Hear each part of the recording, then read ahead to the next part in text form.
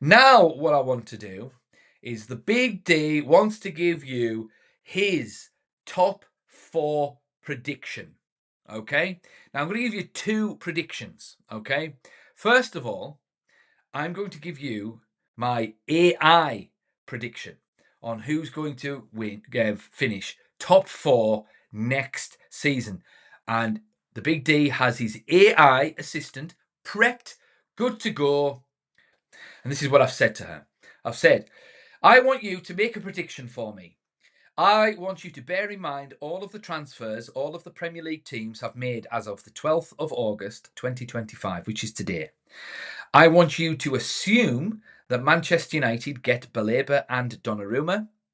Now, based on this, assuming that all the new players play to their potential for all teams and put the effort in, I want you to give me a prediction of next season's Premier League top four and where Man United will finish.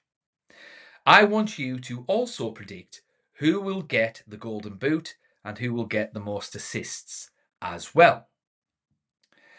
And this is what my AI, my lovely AI assistant, says. Here's my bold, data-informed prediction for the 25-26 Premier League season, incorporating all confirmed moves as of August the 12th, 2025, including hypothetical additions Baleba and Donnarumma to Manchester United. Premier League top four prediction. At number 4, surprise, surprise, Manchester City. So my AI assistant has predicted Manchester City will finish 4th. And this is what she says. Despite a transitional summer, their quality, depth, and Haaland puts them in 4th. Very closely matched with the next one up. Okay, that's the reason. That doesn't go into too much depth. But she said 4th anyway. At number 3, Manchester United. So my AI, my lovely AI assistant, is saying Manchester United will finish 3rd. But she did say that United and City will be very closely matched. Now, okay, it's interesting that she says that. Phil Foden's been crap for a while now, and Kevin De Bruyne is gone. So maybe that has a detrimental effect on Man City. And, they're after Donnarumma. So is there a reason why they're after Donnarumma? Is that because Edison is starting to flop a little bit? So there could be something there. Or maybe the team is just sick of Pep Guardiola. Who knows? Who knows? At number 2, my lovely AI assistant is predicting that Arsenal will finish 2nd.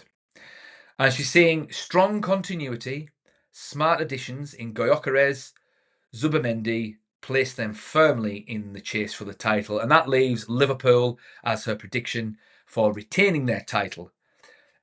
Because obviously they've added fresh firepower like Florian Wirtz, Ekitike, and they've also got Kirkes and Frimpong as well. And, she says that keeps them ahead, which is a little bit depressing. But I tell you what, if Man United finish 3rd, I mean, that'll kind of take the edge off Liverpool winning the league next season. And she also says that Erling Haaland, he's her favourite to win the Golden Boot, with Mo Salah coming 2nd, and potentially Benjamin Šeško sniffing around the top of the scoring charts as well. And the most assists prediction, she reckons it's going to be Mo Salah, because he's been a consistent assist generator and remains in pole position on form and reputational odds. But if Baleba and Donnarumma join, what that does is that anchors Man United's defence, which will potentially propel Bruno Fernandes back into high assist form, because he won't have as many he won't feel as though he's got as many defensive duties, and he can stay up top for a little bit longer and just sort of patrol the box a little bit and maybe score a couple of goals as well. So that's what she says. Now, going on my prediction, now, I would say I kind of disagree with my lovely AI assistant. I kind of disagree. If Man United get Carlos Baleba and Donnarumma, and our new front line does what they were bought for, we don't need anything else. We don't need anyone else at all. We don't. The team's there. It's just a case of continuing to develop as players themselves and getting used to the formation and each other. That's it. But the personnel is there. Because a starting 11, assuming we got Baleba and Donnarumma, a starting 11 of Donnarumma and then a defensive three of Yoro, De Ligt and Martinez, with Amad Diallo on the right wing back and Dorgu at left wing back, with Baleba and Kobe Mainoo or Ugarte in the central midfield partnership, with Bruno and Bumo Cunha or Šeško up front. That team, I would be disappointed if we didn't challenge for the title next season if we got Donnarumma and Baleba. That's how good on paper Manchester United will be next season if we get those players. And there is a very real possibility, as I've already outlined on tonight's stream, that we could get Carlos Baleba and Gianluigi Donnarumma. Gianluigi Donnarumma is the best goalkeeper in the world and a dramatic upgrade on Andre Onana. And Carlos Baleba is a young player with masses of potential. It would potentially be like buying a young Roy Keane. Maybe.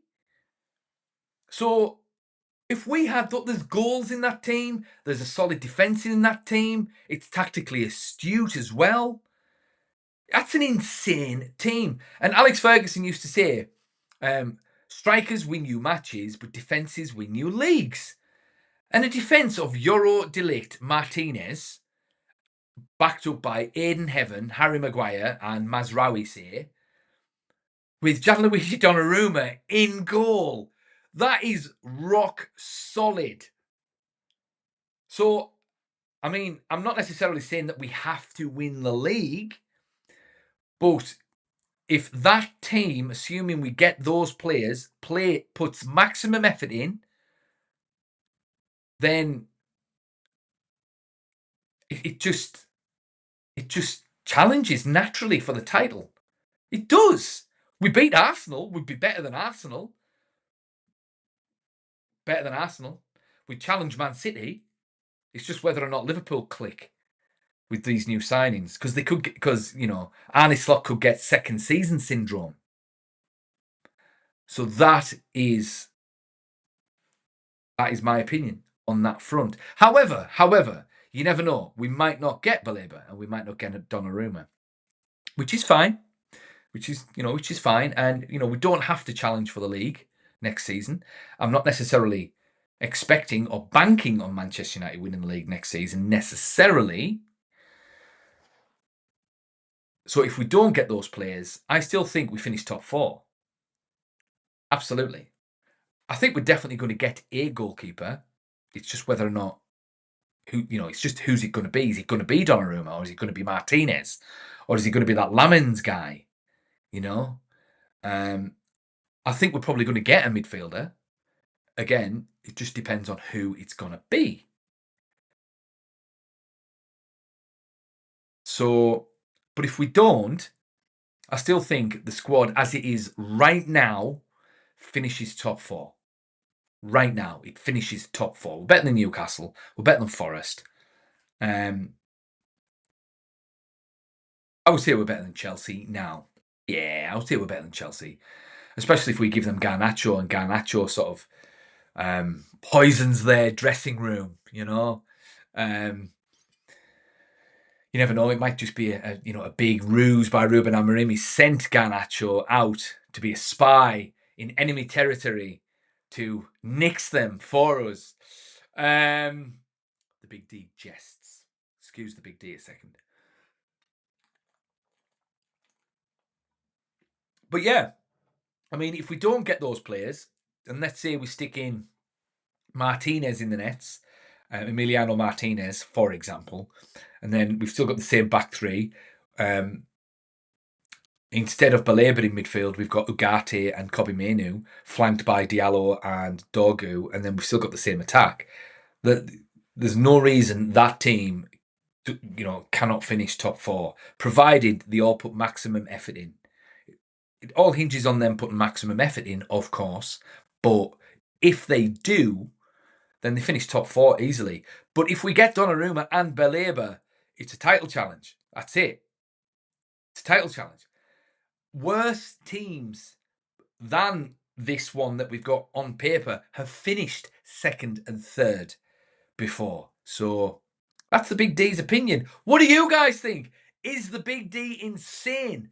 Has someone switched his 0% for a Desperado 25% or something like that? And the Big D's getting a little bit tipsy. He's not. The Big D's thinking clearly, but you never know. What's your opinion? Thoughts in the chat. The Big D reads all of the chat and he's always interested in what is on your mind. Speaking of the chat, let's go back to the chat 1 second.